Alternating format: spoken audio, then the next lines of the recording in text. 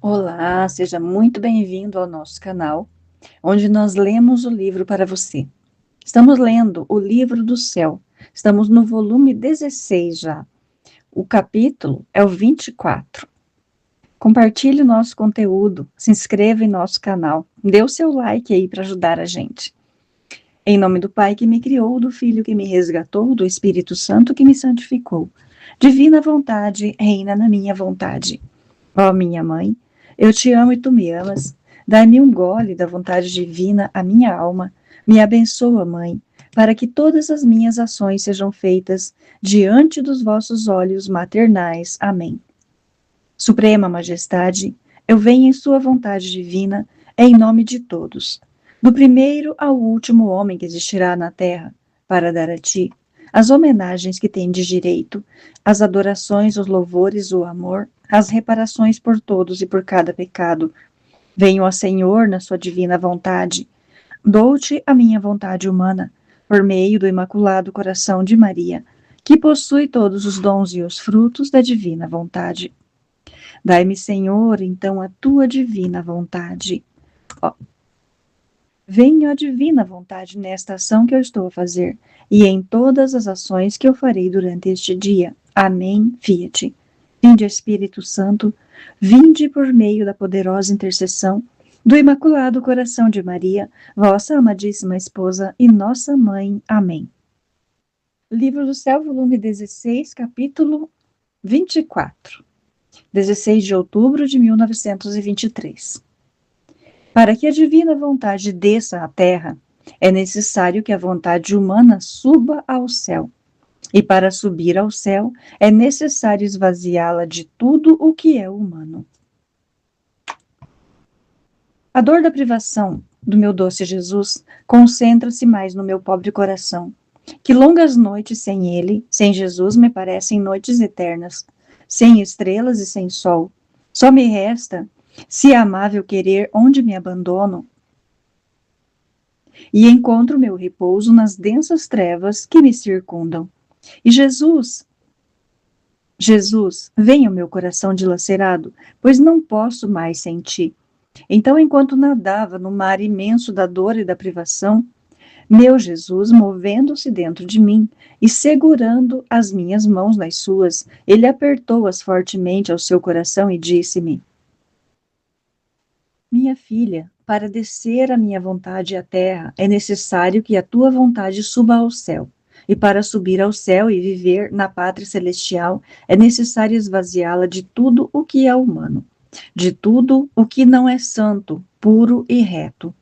Nada entra no céu a fazer vida comum com nós, se não é tudo divinizado e transformado tudo em nós. Nem minha vontade divina pode descer à terra e desenvolver sua vida como em seu próprio centro, se não encontrar a vontade humana vazia de tudo, para enchê-la de todos os bens que o meu querer contém. Ela não será outra coisa que um véu sutilíssimo que me servirá para me cobrir e habitar dentro, quase como hóstia consagrada, na qual eu formo a minha vida. Faço todo o bem que quero, rezo, sofro, gozo, e a hóstia não se opõe. Deixa-me livre. Seu ofício é prestar-se a ter-me escondido e em silêncio aderir a conservar a minha vida sacramental. Este é o ponto onde estamos. Seu querer entra no céu, e o meu a descer à terra, pois isto, o seu, não deve ter mais vida, não deve ter razão de existir. Isto aconteceu à minha humanidade, que enquanto tinha uma vontade humana, esta estava toda atenta a dar vida à vontade divina. A jamais se arbitrou por si só, nem sequer respirar por si só, senão que mesmo o eu dava e tomava a vontade divina. E por isso o querer eterno reinou em minha humanidade, como no céu, assim na terra. Nela fez a sua vida terrestre, e a minha vontade humana sacrificada, toda a divina, impeliu que a tempo oportuno descesse à terra para viver no meio das criaturas, como vive no céu. Não queres tu dar primeiro lugar na terra à minha vontade?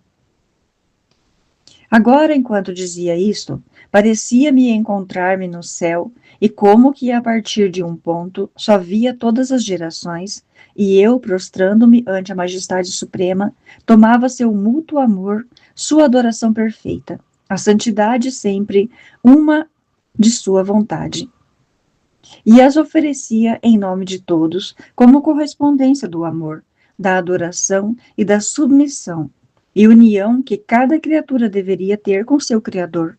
Queria unir céu e terra, Criador e criatura, a fim de que se abraçassem e se dessem o beijo da união de suas vontades.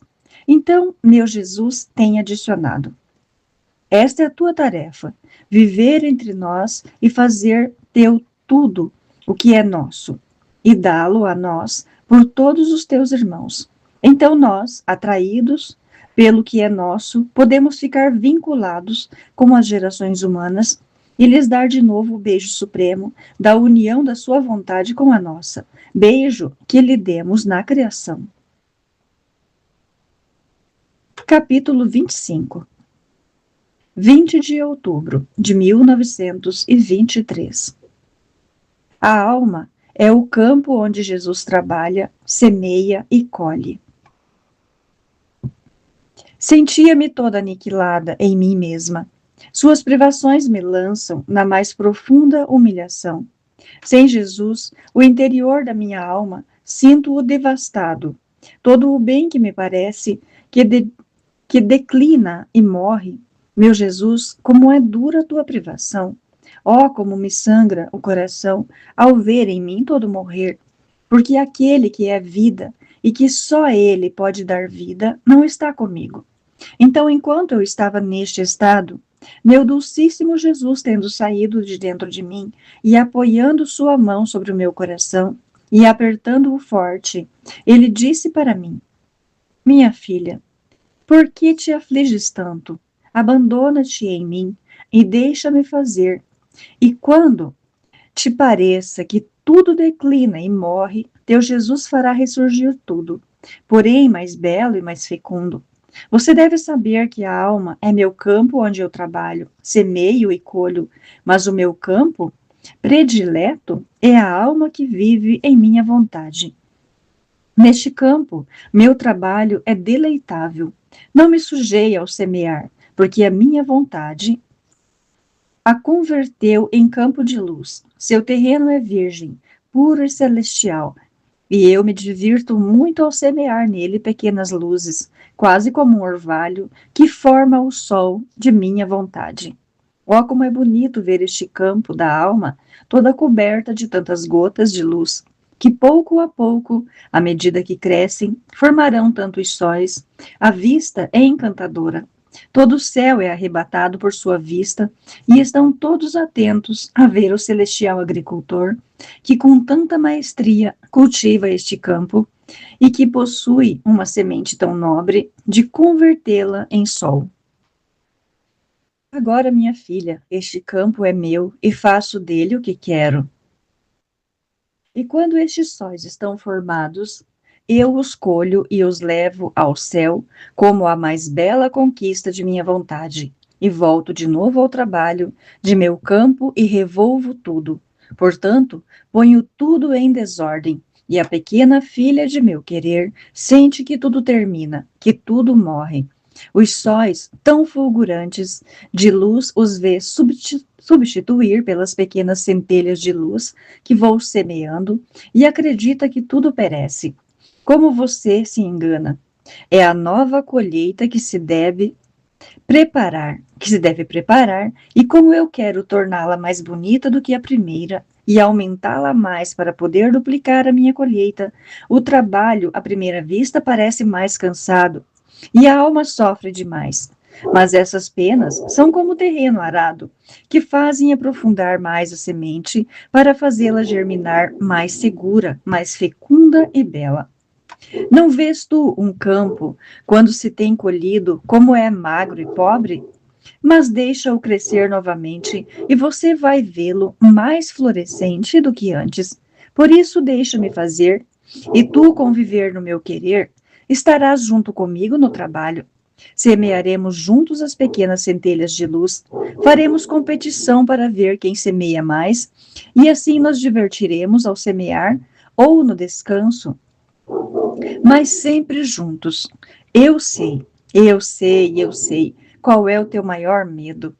Que eu te deixe. Não, não, não te deixo. Não vou deixar-te. Quem vive em meu querer é inseparável de mim. E eu, meu Jesus, tu costumavas dizer-me que quando não vinhas era porque querias castigar as pessoas, e agora não é por isso que não vens, mas por outra coisa. E Jesus, como que suspirando, me disse: Virão, virão os castigos. Ah, se soubesses. Dito isto, ele desapareceu. Capítulo 26. 30 de outubro de 1923.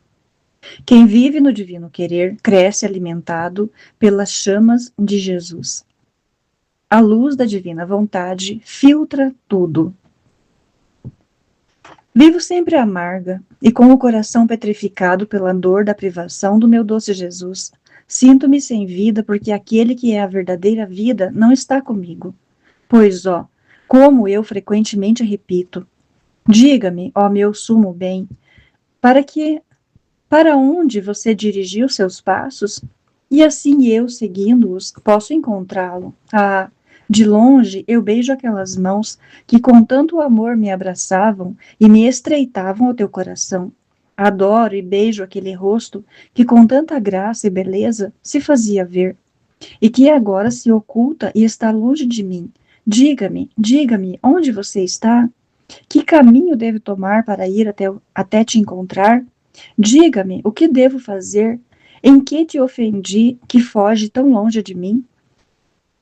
Me dizia que jamais me deixaria, e agora você me deixa. Jesus, Jesus, volta para quem não pode viver sem ti, para sua pequena filha, para a pobre exilada. Mas quem pode dizer todos os lamentos e desatinos que eu dizia?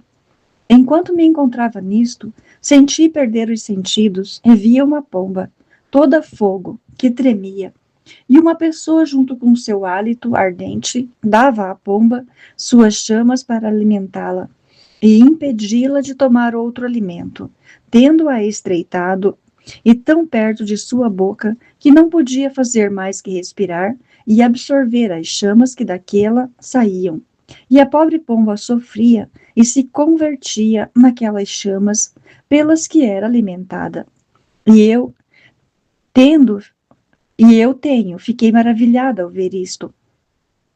E meu doce Jesus, movendo-se em meu interior, me disse: Minha filha, por que receias que te deixe? Deveria deixar-me a mim mesmo para te deixar. E isso não posso fazer. Por quanta potência tenho, não tenho o poder de separar-me de mim mesmo. Assim é para quem faz a minha vontade. Fazendo-se inseparável de mim, me falta o poder de me separar dela. E não só isto, senão que vou alimentando com minhas mesmas chamas. Não viu aquela pomba toda de fogo? Era a imagem da sua alma, e aquele que a alimentava com o seu sopro de fogo era eu, que tanto me deleito em nutrir a quem vive de meu querer, só das chamas que faz sair do meu coração por meio do meu alento. Não sabe que quem vive em minha vontade deve ser filtrada na luz puríssima dela? E ser filtrado é mais que ser posto sob uma prensa, porque a imprensa, embora faz tudo em pedaços, mas deixa tudo junto, cascas e polpa, que precipitando-se para baixo, fazem com que fique sempre um pouco turvo. Em vez disso, quando uma coisa é filtrada, em especial se é filtrada pela fina luz de minha vontade, não há perigo de que faça depósito de alguma coisa turva, mas que tudo é claro, semelhante à clareza da luz na qual foi filtrada. E isto é uma grande honra para a alma que vive em meu querer, que tudo o que faz, se pensa, se fala, se ama, etc., minha vontade toma o trabalho de filtrá-lo. na sua puríssima luz. E isto é necessário, a fim de que em tudo o que faça não haja nenhuma distinção como o que nós fazemos, mas todas as coisas devem ser dadas, entre elas a mão e a semelhança. Agora, enquanto dizia isto, encontrei-me fora de mim mesma, dentro de um jardim, e eu, cansada, sentei-me sob uma árvore para descansar. Mas os raios do sol me desdejavam de tal maneira que eu me sentia queimar, e eu queria ir sob a outra árvore mais densa, que fizesse mais sombra, para que o sol não me queimasse. Mas uma voz, eu acho que era o meu querido Jesus, me impediu, dizendo: quem vive na minha vontade deve estar exposto aos raios de um sol ardente e eterno, para viver de luz, para não ver outra coisa senão luz, para não tocar senão luz. E isto leva à dedicação da alma. Então se pode dizer que a alma vive em minha vontade quando fica toda deificada em Deus. Antes saia debaixo dessa árvore e passeie neste paraíso celestial do meu querer, a fim de que o sol, invadindo-te toda, te converta em luz e te dê a última pincelada da deificação em Deus. Eu me pus a passear, mas enquanto isso fazia, a obediência me chamou em mim mesma. Capítulo 27. 5 de novembro de 1923.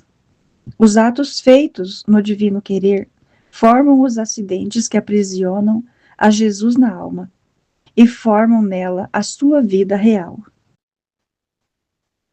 Sentia-me oprimida pela privação do meu doce Jesus, com a adição de que o confessor, como não tinha tido a confiança de me abrir com ele, e porque sou má, tinha me negado a absolvição. Depois, tendo recebido a Santa Comunhão, me abandonava em braços do meu dulcíssimo Jesus e lhe dizia: meu amor, ajuda-me, não me abandones. Tu sabes em que estado me encontro pela tua privação. Não obstante, por parte das criaturas, em vez de ajuda, acrescentam penas e penas. Bem que sem ti não tenho ninguém, ou contigo ou sozinha a chorar minha dura sorte de te ter perdido. Isso deveria te incitar, principalmente, a não me deixar sozinha, ao menos para fazer companhia a uma pobre abandonada que vive morrendo em seu duro exílio. Por isso, você, que é sumo entre os sacerdotes, dá-me a tua absolvição. Dize-me que me perdoas as culpas que há na minha alma. Me faça ouvir a sua voz dulcíssima, que me dá vida e perdão. Enquanto desafogava minha dor com Jesus, se fez ver em meu interior, e os véus sacramentais formavam como um espelho em o qual Jesus estava dentro, vivo e verdadeiro. E meu doce Jesus me disse: minha filha, este espelho são os acidentes do pão que me aprisionaram neles. Eu formo a minha vida na hóstia, mas ela nada me dá, nem um afeto, nem um batimento cardíaco, nem o menor te amo. Ela está como morta para mim. Permaneço só, sem a sombra de alguma correspondência, e por isso meu amor está quase impaciente por sair, por romper este espelho e descer aos corações para encontrar neles a correspondência que a hóstia nem sabe nem pode me dar. Mas você sabe onde encontro a minha verdadeira correspondência? Na alma que vive em minha vontade. Eu, quanto descendo em seu coração, logo consumo os acidentes de hóstia, porque eu sei que acidentes mais nobres e a mim mais queridos estão prontos para me aprisionar, para não me fazer sair daquele coração que me dará não só a vida nele, mas vida por vida. Não estarei só, senão que estarei com as minhas mais fiéis companhias. Seremos dois corações, pulsando juntos, amaremos unidos, nossos desejos serão um só. Assim que eu permaneço nela, e nela faço vida, vivo e verdadeiro, como eu faço no Santíssimo Sacramento. Mas sabe quais são esses acidentes que encontro na alma que faz a minha vontade? São seus atos feitos em meu querer, que mais do que acidentes se estendem ao redor de mim e me aprisionam. mas dentro de uma prisão nobre, divina, não cura, porque seus atos feitos em meu querer, mais do que o sol, iluminam-na e aquecem-na. Oh, como o eu me sinto feliz de fazer a vida real nela, porque me sinto como se me encontrasse em minha morada celestial. Olhe em seu coração, como estou contente, como me deleito e provo as alegrias mais puras. E eu, meu amado Jesus, não é uma coisa nova e singular que tu dizes, em que quem vive na tua vontade, tu fazes a vida real nele? Não é mais essa vida mística que tu fazes nos corações que possuem a tua graça? E Jesus, não é vida mística como para aqueles que possuem a minha graça, mas não vivem com seus atos fundidos em meu querer. E por isso não tem matéria suficiente para me formar os acidentes, para me prender. Seria como se faltasse a hóstia ao sacerdote, e gostaria de pronunciar as palavras da consagração. Poderia dizê-las, mas as diria no vazio. Certamente a minha vida sacramental não teria existência. Assim me encontro nos corações, que enquanto podem possuir minha graça, mas não vivem de todo em meu querer, estou neles por graça, mas não realmente. E eu, meu amor, mas como pode ser que tu possas realmente viver na alma que vive no teu querer? E Jesus, minha filha, não vivo porventura na hóstia sacramental, vivo e verdadeiro, na alma, corpo, sangue e divindade? E por que vivo na hóstia em alma, corpo, sangue e divindade? Porque não há uma vontade que se oponha à minha. E se eu encontrar na hóstia uma vontade que se oponha à minha, eu não faria nela nem vida real, nem perene. E é também esta a causa pela qual os acidentes sacramentais se consomem quando me recebem, porque não encontro uma vontade humana unida comigo, de maneira que queiram perder a sua para fazer aquisição da minha. Mas eu encontro uma vontade que quer agir, que quer fazer por si mesma, e eu faço a minha breve visita e parto. Em vez disso, para quem vive em minha vontade, o meu querer e o seu são um só. E se o faço na hóstia, muito mais o posso fazer nele, muito mais, pois encontro uma batida, um afeto, a minha correspondência e a minha atitude, o que não encontro na hóstia. A alma que vive em minha vontade é necessária, minha vida real nela. De outra forma, como eu poderia viver de meu querer? Ah, você não quer entender que a santidade de viver no meu querer é uma santidade totalmente diferente das outras santidades.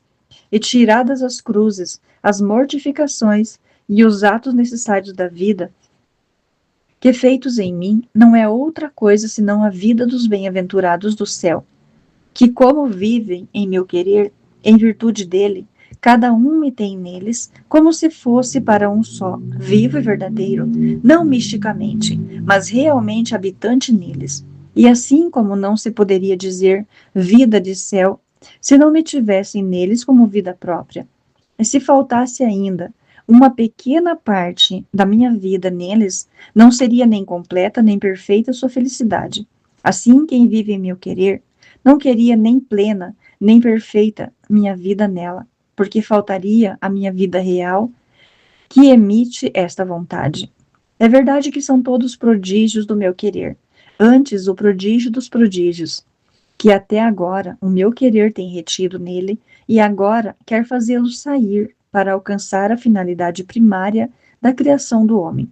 Por isso, a minha primeira vida real a quero formar em ti. E eu, ao ouvir isto, disse: Ai, meu Jesus, meu amor, apesar disto, sinto-me tão mal por todas essas circunstâncias. E tu o sabes. É verdade que isto me serve para abandonar-me mais em teus braços e pedir a ti o que não me dão. Mas, contudo, e isto sinto um hálito de turbação que perturba a paz de minha alma. E você diz que quer formar vida real em mim? Ó, quão longe estou disso! E Jesus de novo me disse: Filha, não se preocupe com isso. O que eu quero é que você não coloque nada do seu e que obedeça quanto possa. Se sabe de todas as demais santidades, isto é, a da obediência, a das outras virtudes, não estão isentas de insignificâncias, de perturbações, de contendas e de perda de tempo que impede formar um belo sol. Na melhor das hipóteses, formam uma pequena estrela. Só a santidade do meu querer é a que está isenta dessas misérias. E, além disso, a minha vontade encerra todos os sacramentos e os efeitos deles. Por isso, abandona-te de todo em minha vontade. Faz toda a tua e receberás os efeitos de absolvição ou de alguma outra coisa que lhe foi negada. Portanto, eu recomendo que não perca tempo, pois com perdê-lo, venha dificultar a minha vida real que estou formando em ti. Capítulo 28. 8 de novembro de 1923. Assim como Jesus, ao vir à Terra, aboliu e aperfeiçoou as leis antigas para estabelecer as novas, assim agora com a santidade do Fiat Voluntas Tua. Suas privações continuam, no máximo vêm como um relâmpago fugitivo, que quando parece que queira fazer luz, fica mais escuro que antes. Agora, enquanto nadava na amargura de sua privação, meu doce Jesus se fazia ver, em meu interior todo ocupado em escrever, não com pena, mas com o seu dedo, me enviando raios de luz, lhe servia essa luz como pena para escrever no fundo da minha alma.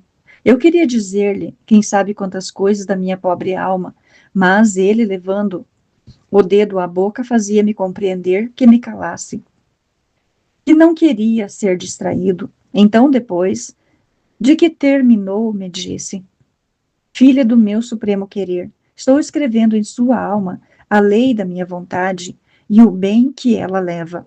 Primeiro quero escrevê-la em tua alma, e depois, pouco a pouco, te explicarei. E eu: Meu Jesus, quero dizer-te o estado da minha alma. Oh, como me sinto mal. Diz-me, por que me deixa? O que devo fazer para não te perder?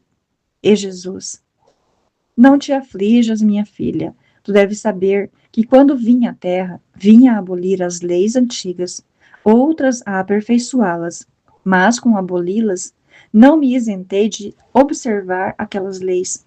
Aliás, observei-as de modo mais perfeito, como não o faziam os outros, mas tendo de unir a mim o antigo e o novo, quis observá-las para dar cumprimento às leis antigas, colocando-lhes o selo da abolição e dar início à nova lei que eu vim para estabelecer sobre a terra.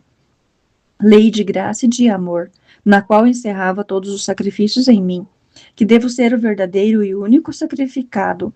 Portanto, todos os outros sacrifícios não eram mais necessários, porque sendo eu homem e Deus, era mais que suficiente para satisfazer por todos. Agora, minha querida filha, querendo fazer de ti uma imagem mais perfeita de mim e dar princípio a uma santidade tão nobre e divina, qual é o fiat voluntas tua, como no céu assim na terra, quero concentrar em você todos os estados de ânimo que houve até agora no caminho da santidade. E como você os passa e os sofre, fazendo no meu querer, eu lhes dou o cumprimento, os cororoo e embelezando-os ponho o selo. Tudo deve terminar em minha vontade. E onde as outras santidades terminam, a santidade do meu querer, sendo nobre e divina, as tem por escabel a todas e dá a elas seu princípio. Por isso deixe-me fazer, faz-me repetir a minha vida e a que fiz na redenção com tanto amor. Agora, com mais amor, quero repetir em ti, para dar início a que a minha vontade e suas leis sejam conhecidas, mas quero tu querer unido e perdido no meu. Mas quero teu querer unido e perdido no meu. Amém, fiat. Jesus, eu confio em vós.